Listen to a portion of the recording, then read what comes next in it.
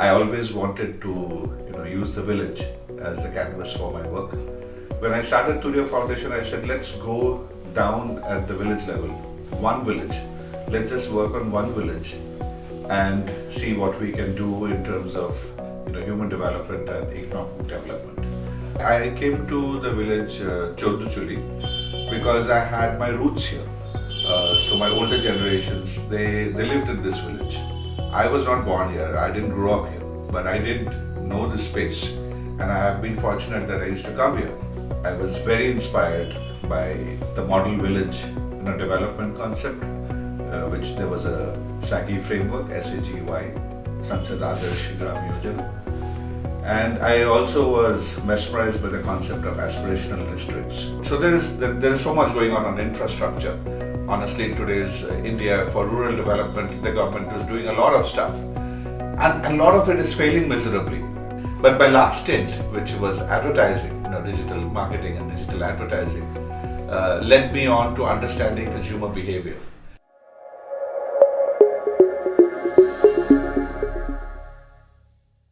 People themselves are the problem. So you can build the toilets, but they will not use it, right? You can build the school infrastructure, but the kids will not come there to study. That's the problem. And I wanted to, at Turiyo Foundation, attack that problem head on. And you can't do this in scale. You have to go take up this one space and be at it. So first I decided to move here. We're in a pilot phase. We're working on school, early childhood education. We're working with middle school and alternative approaches to learning. We're working on digital health, which is really in the primary healthcare space. We're working on women empowerment. We are, taking absolutely lost food art and bringing it to urban consumers. All these are different projects. But the magic is they're all weaving into that same small family. This is a village with just 5,000 families. So when I do different programs, I impact that one family. I either go into education, or either I go into health, or I either go into alternative learning. Whatever it is, if it has some impact, it influences attitude. They start believing in things, and then behavior happens.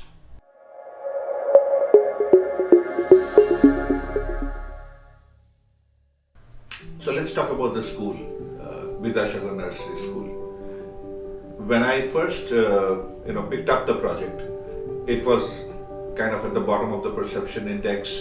There were very few students, there was very little infrastructure. But what I found most interesting about the school was they had a great value system.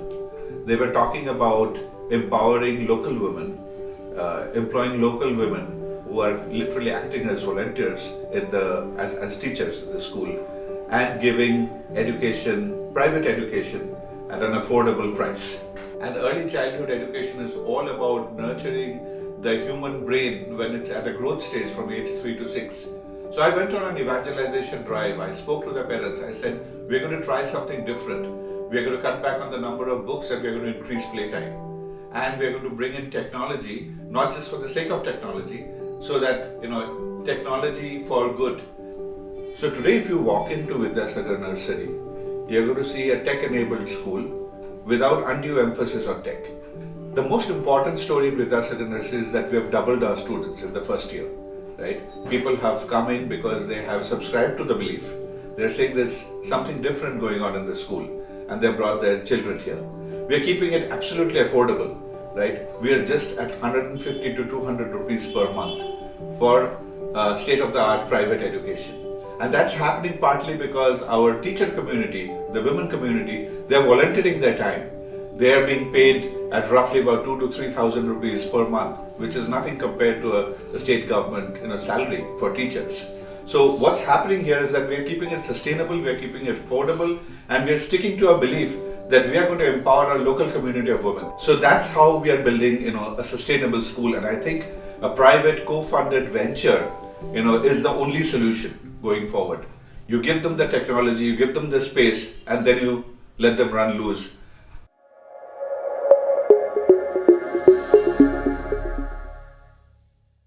So we'll talk about Olankar Gaonapuri project which is very close to me right now. It all got triggered when I was invited by the local cooperative society speaking to this women's community who I felt and who I understood, and I discovered that they are very diligent in the way they handle money. They're looking for opportunities. They came to me and saying, "Sir, can you help us? We want to do agarbatti. We want to do this. We want to make some stuff and augment our income." I didn't have any solution for them. I said, we'll figure it out. And then one day it struck me that, oh, we have this amazing food art, Gahana Puri, which is a specialty of Purbo Medinipur.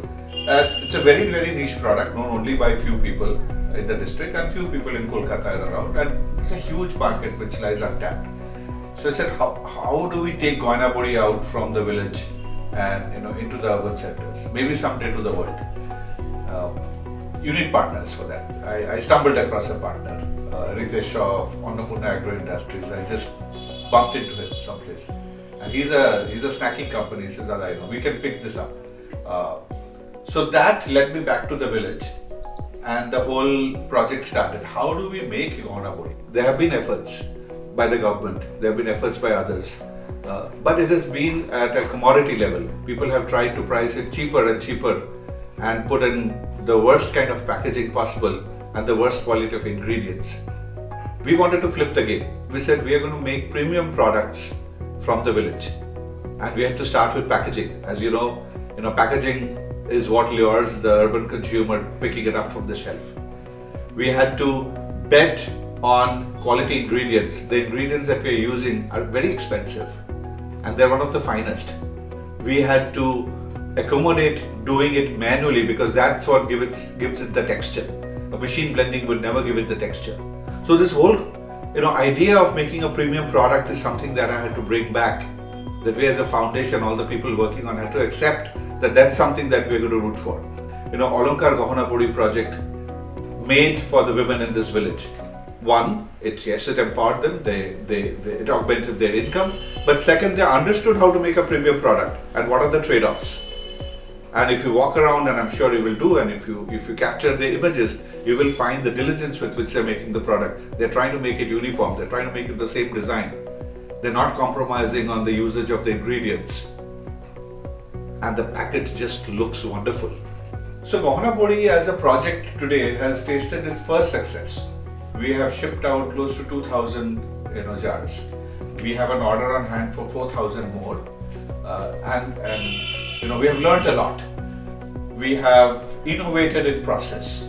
The more important thing is that this traditional folk art is now being picked up by young women. You are going to meet Aparajita, and she is a sociology major and she is doing Gahana Puri. So she is in her final year of classes, and she's graduating this year, and she's saying, I want to pick this up and I want to evangelize adoption of this folk art amongst my friends, and I'm going to bring them on board so that this art continues. So it all goes back to do good and do it well.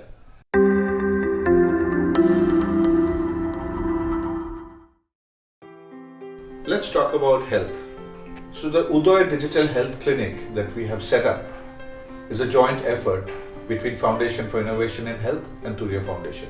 Uday has already set up clinics in different parts of the state and in a few different parts of the country.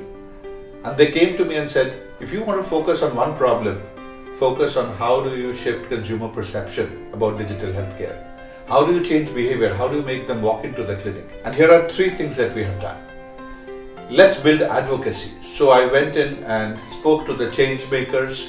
I spoke to the influencers in our society like the local headmaster, the block development officer, the Gram Panchayat head, and we spoke at length about what digital healthcare is and how it can help the village people at large. So primary healthcare is the problem to tackle, and we have to get everybody together. So we've got the quacks, we got the ASHA workers, we got the primary healthcare staff who believe in it, and then we go out and build out a film. We talk about how the digital healthcare works. We go door to door campaigning to the people saying that, give it a shot. Come, try it out. Because we have found out that if people come and they try the clinic and they're so mesmerized, they're so happy with the experience, then they go and talk about it. So word of mouth marketing is going to work. And I think the kind of results that we have generated in the first 2 months is very encouraging.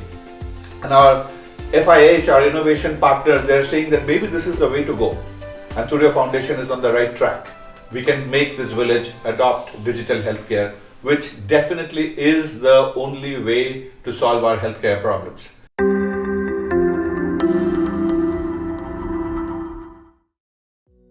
Let's talk about something different.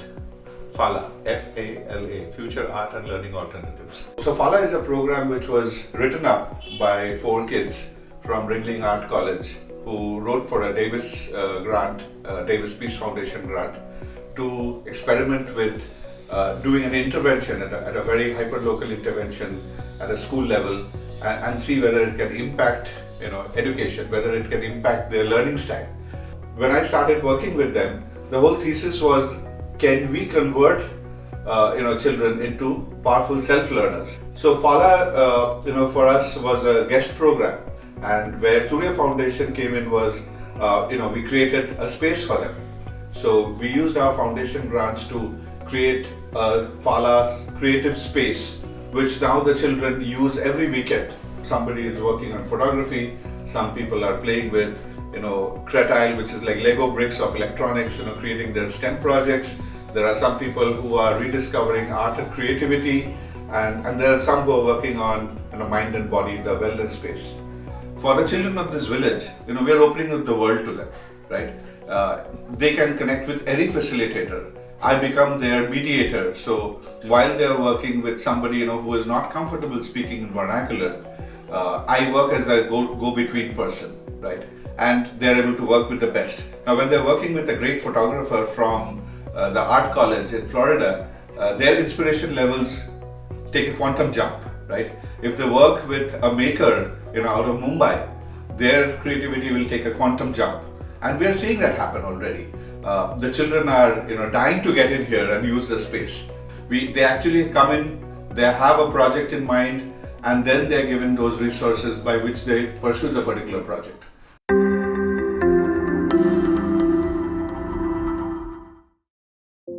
One thing about Turiyo Foundation is, I'm a firm believer that this has to be driven by people from the local community. From the day one, my thought was that what if I'm not there after end of year 1 or year 2? Who's going to carry on this program? So first, we needed to develop the change ambassadors.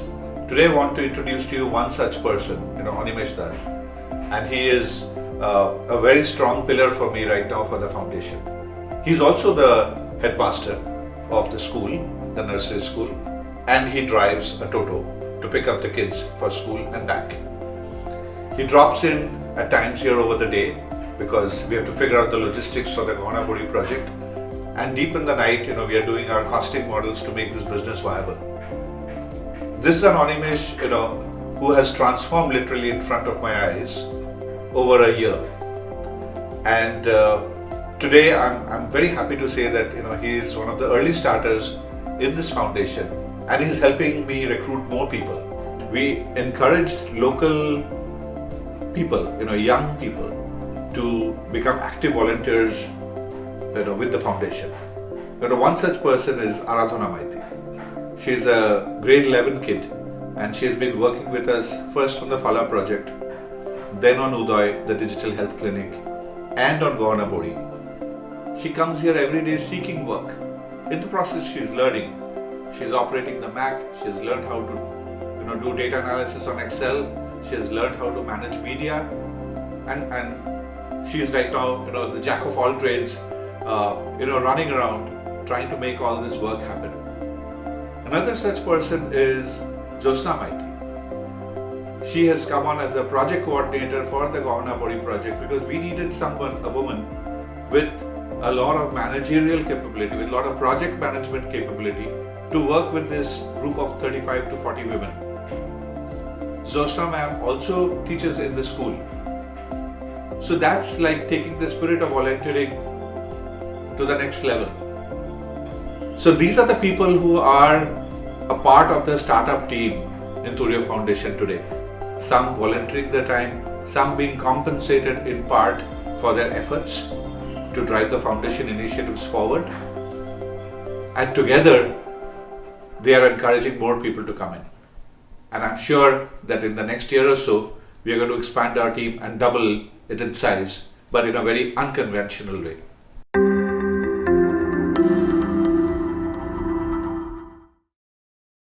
The vision of Turiyo Foundation is not to work permanently on this one village.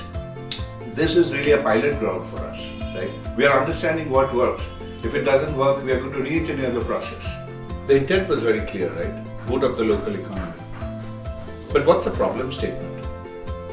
At the root of it all is human attitude and intent and lack of intent. And that's really what we wanted to fix. We wanted to get at the problem not by pouring in more funds, but by seeing whether we could impact behavior. And our quick strategy was to deliver positive outcomes, quick hits. And that's really worked for Turiyo Foundation in the Village Chauddhachuli. And I believe that this is the way to go forward and work on the model village program in an all new way all over again.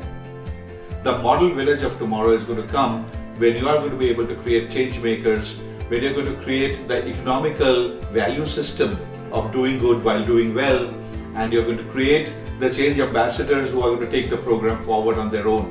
So you can retract back from the community and let the community work in a sustainable manner going forward. That, I think, is what Turiyo Foundation is experimenting with in the pilot phase, and hopefully in a year or so we'll be ready to scale up.